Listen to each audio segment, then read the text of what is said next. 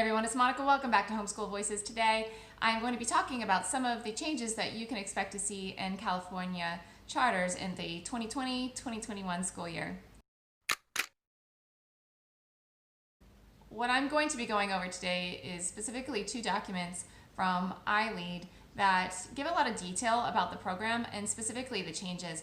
So from the discussions that I have been having with a lot of other parents and some of the charter school teachers, the changes seem to be pretty similar across the board.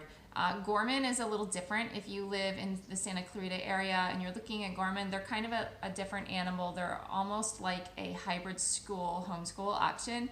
But as far as all the other homeschool charters, I think you can expect to see pretty similar changes. And after watching this video, you can ask your charter.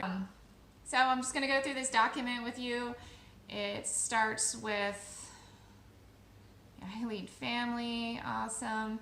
So it says it's a free public charter school where each family is assigned to a credentialed teacher, facilitator who assigns and creates a customized, individualized learning plan each year in conjunction with the learner and family based on grade level standards and the learner's passions. Instructional funds are used to support and enhance each learner's individualized learning plan. They packed a lot into that in those couple of sentences there, and there's a lot of meaning there. And I think that it will all become clear a little later, but they assign a customized, a customized learning plan, yeah, for each kid. So last year they didn't do that. You know, you as the parent assigned everything. They did not assign. Now I was talking to a friend with, it's either Sky Mountain or Sage Oak, and she said her charter did assign stuff. So when you would go to that meeting every month, your teacher would assign stuff to you for the following month, and then you would have to, you know, show that you did everything. So that to me was very surprising because I don't think that Inspire did that. Now in my area, Inspire is called Blue Ridge. I think they've sort of broken up into different entities. I'm not sure exactly. And I know that Ilead didn't do that. You basically did everything as the parent, and you came for that monthly meeting and you showed 4 samples, 1 for each subject area, for each child. So for each child, you literally brought in 4 pieces of paper, and that was that. Now what they're going to be doing is they're going to be assigning you work, and I think depending on the teacher, there's going to be a lot of collaboration between the teacher and the parent and possibly the student. It just depends. So that is something to keep in mind. So let's just keep going through. Tuition-free public school. In fact, you get funds, so it's even better than that. Independent study program, counties we service. This is good. So Ilead specifically, if you're interested in Ilead services, Kern, LA, OC, San Bernardino, and Ventura counties. So that is good to know. WASC accredited, and 5-year charter renewal. I mean, I guess it's good to know that they're not going to go away right away. Funding per year. This is good to know. So $2,800 you get from TK through 8th grade. So I didn't even know they did TK, so that's good information to know. So for those of you who are interested, I know there's been a few people who've been interested in TK. So there you go, it's a possibility. And $3,000 per student per year for high school. Dedicated high school team. I don't know if that means that they have counselors or what. Student support team servicing learners with 504 and IEPs, English language learner support, many homeschooling parents on staff. Very true. So complimentary subscriptions. Yeah, they do. They have, I have a hummingbird out there. We have a lot of subscriptions that we can use. My daughter has gotten really into MobiMax. And there's some other ones. I'm not super into a lot of them, but I think that's just personal preference. But we do like MobiMax a lot right now. That one's pretty cool. Website hub for parent resources. Yeah, you can, at any given time, you can look at sort of your account. Like you have sort of an account online there that you can see and how much money that your kids have left for their funds. And you can click and see what funds have been approved and you know what you've used your funds on. So on there, And you could also go and see about field trips. I'm guessing with COVID, that's just a thing of the past. That's our new normal, is no field trips, which is unfortunate. But anyway, maybe it'll come back to normal. I hope so. So you could go on there before and check that sort of stuff out. And there were resources too, and they do seminars and stuff like that. So newsletters. Yes, we get newsletters. Continuing education for parents through webinars. You know what? I think, I kind of made a face at that, but that's not fair, because I think a lot of people that are new to homeschooling, I do think you kind of feel like you need to soak up everything. And then, in a year's time, you might say, I don't need that anymore. But, in the beginning, it is reassuring, actually. It's helpful. So that's kind of a neat thing. Intervention support for struggling learners. I don't know what that means, because my kids aren't struggling. Tell you the truth, that's the kind of thing I would ask questions about, because do you want the intervention? Do you want the support? Or do you want, because a lot of homeschoolers, so if you're new to homeschooling, the reason I ask that is that a lot of us have a bit of a philosophy of letting the kid learn in their own time. Whereas the public schools have, hey, at grade 2, at grade 3, at grade 4, you have to meet these certain benchmarks. And homeschoolers recognize that kids can learn, they will go through these different phases. Well, they'll go slowly, and then they'll speed up, and then they'll go slowly and speed up. And sometimes they're going slowly for 2 years. So that's something that I think is worth asking. Regular meetings with educational facilitator. Yeah, every month you have to do that. Before COVID, it was in person. Now it has been online. I love online, to tell you the truth, because I don't have to go anywhere. So that's kind of nice. Collaboration to create an individualized learning plan. Guiding learning throughout the year. Like I said, every month they're going to lay out assignments for everything. That's what I hear. I hear there's also flexibility to sort of change things out throughout the month. I don't know if that depends on your teacher that's assigned to you. They're calling that educational facilitator here, or not. I don't know how much flexibility there really is. Assignments / body of work as reflected on the ILP. So the ILP, I believe, is Individual Learning Plan. So you're going to still have to bring in 4 samples, just like last year, but you're also, everything on that individual learning plan that would require written work or a project, they're going to want to see documentation of. And it sounds like that they are going to have some sort of digital interface where you'll take pictures of things or make PDFs, and then you'll dump it into some folder, and then throughout the month your teacher is going to be grading stuff.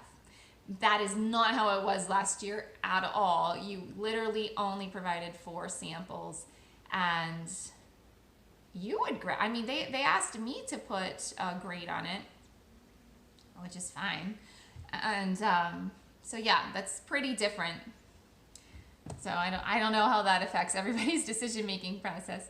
I think for those of you who are new to homeschooling, that doesn't sound like a problem at all. I think for some of us who've been homeschooling, we really value our flexibility, so it could be a little concerning. I don't know. Again, what's on paper and what happens in real life are 2 different things, so we will see. Sign engagement log monthly. I think that's their fancy way of saying attendance log. I don't know why they're rewording things. We had to do that last year. You had to say that you doing school for, I guess, 20 days that month. They literally send you an email, and you just do a digital signature. Participate in state testing. CAASPP. CASP. I never know how they like to pronounce these acronyms. Spring. So I'm under the impression that the benchmark testing, that spring and fall testing, is mandatory. Possibly the physical fitness. I'm sure if you didn't want to do it, you could just say, I don't want to do it, or I'm sick. I don't know. My kids are actually excited about doing the physical test. So anyway, there's that. And then again, the standardized state tests, they cannot legally penalize you for not doing it, but they will tell you oh, you know, if we don't get enough participation, we may not be able to renew our charter, which is probably true. But that's definitely what they tell you. MAP benchmark testing at the beginning and end of the year. Again, all of this is, you can get into the program and there's a lot of flexibility about, you know, what you really have to do, you know. Purpose of ILPs, so the individual learning plans. Collaboration between EF, that's your educational facilitator, or just teacher as I like to call them, learner and family, maintained by the teacher, forward planning, so that means you're planning for the month to come, accountability and growth. Again, what does accountability mean? I think it just means that you have to take pictures of everything that you do. Passion and interest, that's fun. Learning styles, grade level, standards, and core subjects accounted for. So showcase of learning, again, this is when we're gonna have to take pictures of everything they do and dump it into this thing, which is a little intrusive in my opinion. But again, I think for those of you who are very new to homeschooling, you'll actually find this comforting to know that someone else has your back and they're helping to make sure that your child is on track. I think it just really depends on your perspective, which is just why I'm sharing all of this with you. So they'll give you a lot of ideas to demonstrate learning. Here's a very long list, as you can see. I don't know if let's see. Compose a song, write in a journal, make a stop motion video, create a presentation, give a speech, make a movie, make a documentary, da da da da da da da. There's a lot of things. Good ideas. They're all good ideas. You know, it's funny, as a seasoned homeschooler, for me, I believe that you can simply read a lot, and you don't always have to write things or make stop motion videos or make clay sculptures or draw pictures to learn. And it's not necessary to demonstrate learning. I'm just going to throw that idea. I know that's kind of a radical idea, but it's not really necessary. I think if your child is engaged in doing things a lot, you know, a lot of their days, they're going to be learning. And this is just a different mentality with public school. And I understand, because they're, you know, in the traditional setting, they're dealing with a large number of kids and they're accountable to parents, right? They have to show, hey, we actually did something in school, and they have to prove that to parents. And that's why they have this mentality. But it's not really necessary in a home setting to prove learning. But then when you sign up with a public school, they're still used to that paradigm. And so they're kind of copying the brick and mortar public school paradigm and trying to apply it to the home. And I think once you get into homeschooling, you're going to realize that it's not exactly the same thing. And some of the requirements of a school to basically report back to parents and prove that they're doing their job don't really make sense in a home setting. But there you go. There's a lot of ideas. They want to demonstrate, you to demonstrate that your kids are learning, basically because they're under fire a lot. Instructional funds. All right, okay. Popular material vendors: Rainbow Resource, Office Depot, Bookshark, Teachers Pay Teachers. Popular monthly kits: STEM, social studies. I mean, that's very vague. I don't even know what that means. I guess those would be the categories: literature, coding, art type things. So yeah, you can get monthly kit subscriptions. That's pretty cool. I didn't even know that. I didn't jump on that train. I got to do that next year. Popular service vendors: OutSchool. Actually, very cool. OutSchool is very cool. Tutoring classes, online or in person. Learning centers, enrichment activities such as karate, gymnastics, dance, art, music. So that's pretty cool. And then they also have a vendor search tool. I will put that in the description so you can see Ilead's vendor search tool. And when you reach out to other charter schools, ask them, hey, can you give me a link to your vendor search school? And there will be differences in the vendors. I've been pretty happy with what we have had so far. Oh, there's a little, that's not helpful. I'll actually send you a link so you can really play with that. High school offerings: flexible, customized paths. Customized path non-A to G or A to G path. So if you watched my previous video, we had a discussion about that. My oldest is not in high school. This A to G thing is a very California thing. Apparently it means you're actually ready for college. I mean, it seems to me that anyone that goes through the public schools should be ready for college, but apparently they're not. Only if you go through the A to G path are you ready for college. And I think that the California universities, the state universities, want to see that you have gone through that path. Again, I asked the mom who had put her children through college here in California about that, and I said, but what if you just do community college classes and then transfer? She said, and I said, would you need the A to G path? She said, no. I asked her again to be sure, and she said no. So maybe look into that, but it sounds like you don't necessarily need this A to G path, but they offer it. Dual enrollment with community college. That's an interesting option, because if you're sitting here and you're getting these funds, but if your kid is high school age in California, they don't have to pay for the college classes. That's my understanding. So I don't know if that would be a good thing. I don't know if you want to call those college classes high school classes. I don't know how that would work. It might just be better to do it separately. Something to investigate. National Honor Society, an associated student body. High school community events. There's your high school team. Ooh, we have a counselor. Career advisor. That's fun. A coordinator. Cool. OC, they have a learning studio for those of you in the OC. I am not in the OC. It's funny to say the OC, isn't it? Project-based, hands-on, small group instructions. Yeah, I think they might actually do classes there. It's kind of a neat thing if you live there. Cool for you guys. Now we have field studies. Ilead hosted field study opportunities each month. Instructional funds may be used on specified events. Field studies can be part of the individualized learning plan. Additional free non-Ilead opportunities highlighted on the hub. To me, that's all very vague. I have to look really close. It seems very vague. Oh, California Science Center. Dogs, A Science Tale. Okay. November, California, something. I can't read it very well, to tell you the truth, but I think you'll be able to read it. Hopefully you'll be able to read it better. Marine Institute, Outdoor Overnight STEM Education Camp. Interesting. Queen Mary, the Ellis Island Experience, Chinese American Museum, Astro Camp. It's kind of cool things. Holiday Skate Center Party. So here's the thing with all of this. I think you all also need to take this with a grain of salt because of COVID. There are so many rules and regulations that, is it going to be any fun when you can't get near anyone, when you have to wear a mask to everything? I don't know. Or, I mean, will they really have all of these things? Again, I don't know. I'm not so sure. But they look cool.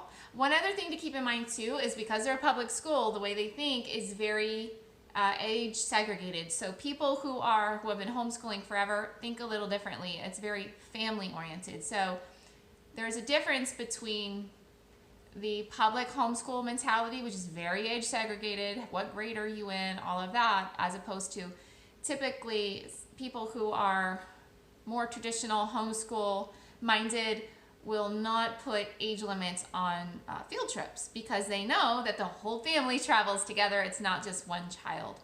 So I don't really know how that works, but I want to say I have read things about age limits with field trips, which is disappointing to me. It kind of makes it not very useful. And again, that all depends, and it's something to ask about when you're calling charters and you're asking them, you know, about the field trip opportunities, because they're not really an opportunity if you are, for example, like me. I'm a mom. My husband, when things go back to normal, will go to an office to work. I can't just leave one of my kids at home, and I'm not paying for a babysitter. So both kids need to come with me, you know, not just one kid. Events, talent show, artisan boutique, science fair, pumpkin bot challenge, virtual activities, game day, pet show and tell, 8th grade promotion, high school graduation, kickoff events in each county, Ilead aerospace program. I gotta look into that. That's kind of interesting. And again, that's what they have plans. I say take it all with a grain of salt, because who knows how things are going to work out this year. But at least it looks like they have some neat stuff planned. So that's exciting. That's cool. Webinars. Highlight various topics and grade levels offered for parents and learners, recorded and added to the hub. Ongoing learning, led by experienced facilitators and content experts. I did do one, it's called Read Right Now, and it was done by the gentleman who owns that company, and it really just felt like an advertisement for the company. To tell you the truth, after a while I kind of logged off. I don't know how the other ones are. That's the only one that I've done. I gotta look here and see. Unique high school experiences, touch math. Yeah, I don't know, but they have it. It's there. I only logged onto one of those things, and that was that. So that's it. That's it. It says, for further questions, please contact, in case you cannot read it well, info@ileadexploration.org. And the phone number is 657-231-8220. And then it says, if you're ready to enroll, please visit our website at ileadexploration.org/enrollment/wizard. So let's go through the next document really quickly. Here's the second document that I was sent from Ilead, and this is more clarifying the changes from last year versus this year and what will be different. It is the 2021 Ilead Exploration Program updates. The funding we went over before, even though there's budget cuts, it remains the same. That's good. This is all the same stuff as last time. So here we go. Planning, discussing curriculum. So anyway, last time what they did was, you had to fill out a log, and then you had the 4 samples, and now they are going to be assigning, instruction is assigned by your teacher in collaboration with the family to ensure grade level standards are being met. This can be very problematic if your child is slow, or if your child is ahead of things, because they're not going to be so interested in stuff that's not grade level, and they're not going to really believe that your kid is kind of advanced in certain areas unless you really prove it, and go through a big obnoxious process of proving it. So that could be problematic. We'll see how it works out in real life, So, everything on paper and the way it works out in real life is different, But planning ahead, so now you're going to have to plan ahead. You didn't have to used to have to do that. Now you will have to have assignments for the next month, and then you will have to follow through with those assignments. Claiming attendance. So discussing and completing unit log with units covered each LP, collecting work samples. Completion, so last time they collected work samples. Now it's a lot more than that. Completion of standards aligned coursework assigned by the credential teacher and record in collaboration with the parent, which will be recorded on an individualized learning plan. Show the body of work that was completed, and then also they're going to collect those 4 samples just like last year, but they're going to plan ahead, they're going to make assignments, and then you're going to they say 4 samples, you're going to have to show everything you do. I mean, essentially it's a meaningless distinction, to tell you the truth. You're going to have to pretty much show everything you do, and throughout the month your teacher is going to be grading that stuff. So you're supposed to kind of drop that stuff as you go, not at the end of the month, and then they're going to be grading everything, which is not how it was last year, which is not really a homeschool model. The parents are supposed to decide. Most homeschoolers don't grade. That's a bit of a meaningless thing. Most homeschoolers that I know, you just don't really progress until you have mastered something. So grading is kind of meaningless. But we're enrolled with a public school, so we can get those funds, basically. Truancy policy. Personally, I would take this with a grain of salt. If you have a problem with it, I'd pull your kid out of the charter. I don't expect it to be a big problem. But it's nothing that I would negotiate with. If you want to go on a vacation, I would go on a vacation. I wouldn't change your life plans for the public school. If they work with you, they work with you. I have found them to be delightfully flexible so far. So we'll see. We'll see how that goes next year. Learning period meetings and samples. The body of work does not mean only the samples collected. It's all activities. So it sounds to me they're going to want to collect the samples, but it also sounds like you have to take pictures of everything and drop it into this digital folder.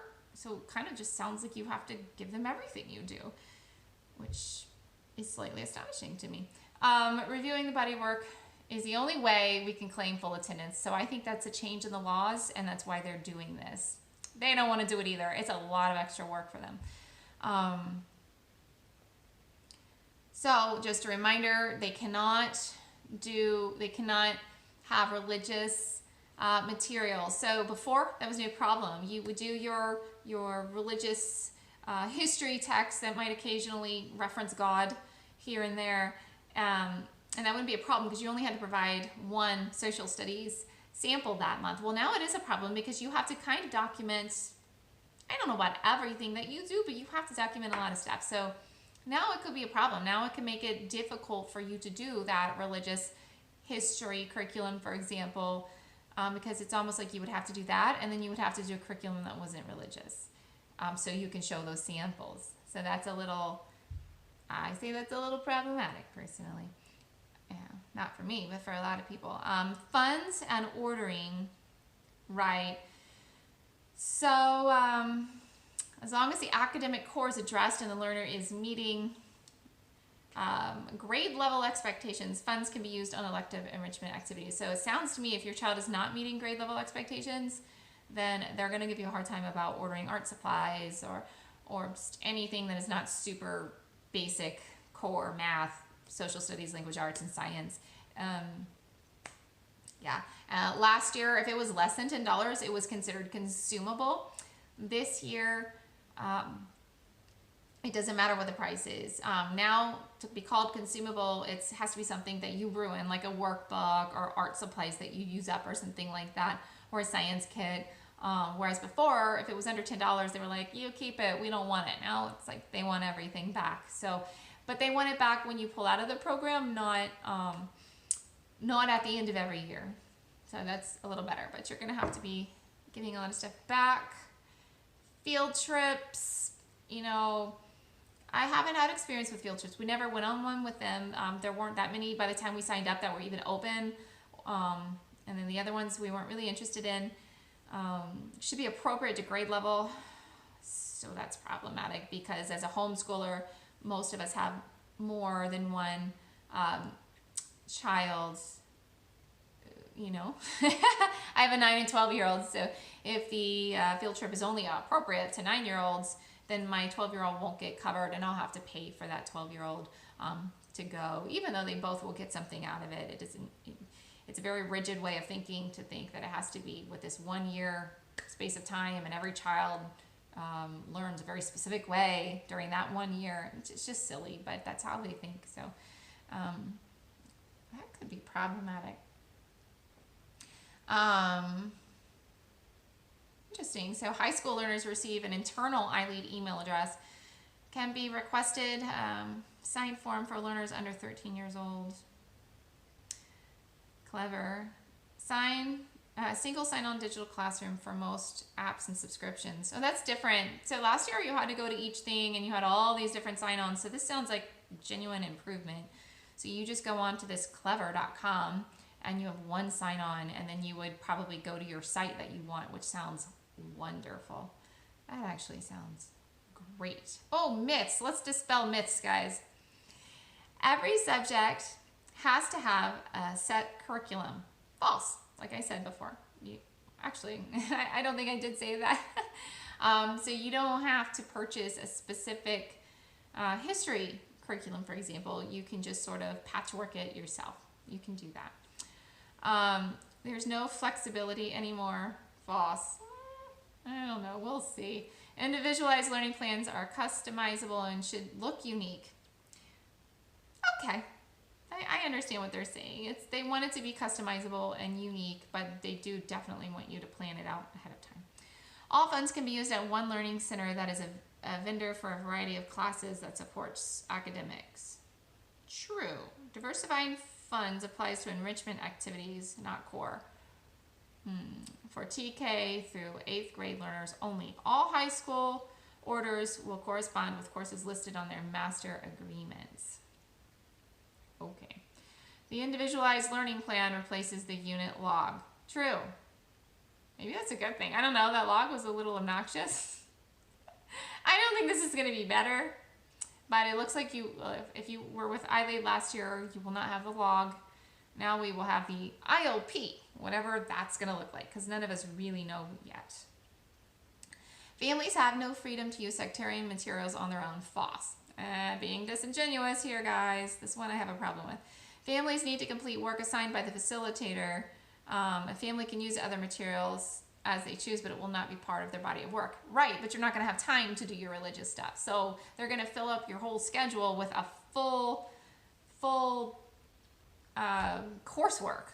And so you're not going to have time to do this other stuff. It's not like you're going to do history twice, so you're going to have to get a non-sectarian history.